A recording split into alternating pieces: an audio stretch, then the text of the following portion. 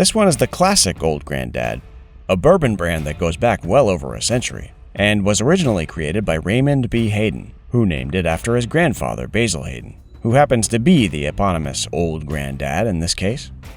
So another bourbon named after a bourbon pioneer who died over a century ago.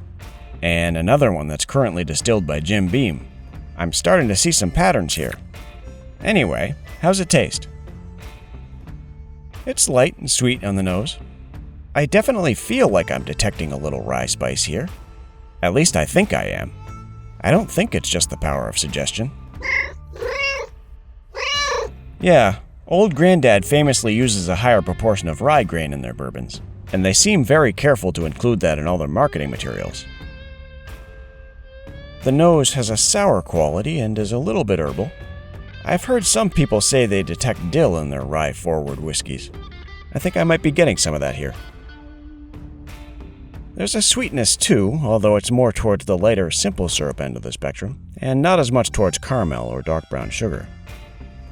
I don't detect any baking spices really, or anything like that. The color is fairly light, which should come as no surprise since it isn't very old, though it is at least 4 years old since it's a straight whiskey with no age statement, and it's watered down to 40% ABV, and I'm sure that lightens the color as well. It's fairly gentle on the attack, not rough at all. And I'm sure that's partly because of the low proof, but I've seen distilled spirits be rough even at 40%. Ever tasted Cointreau neat? After a couple minutes, the sweetness seems to be deepening a little bit, moving towards light brown sugar. I wouldn't say this is packed with flavor, but it's perfectly enjoyable. It's very inexpensive too.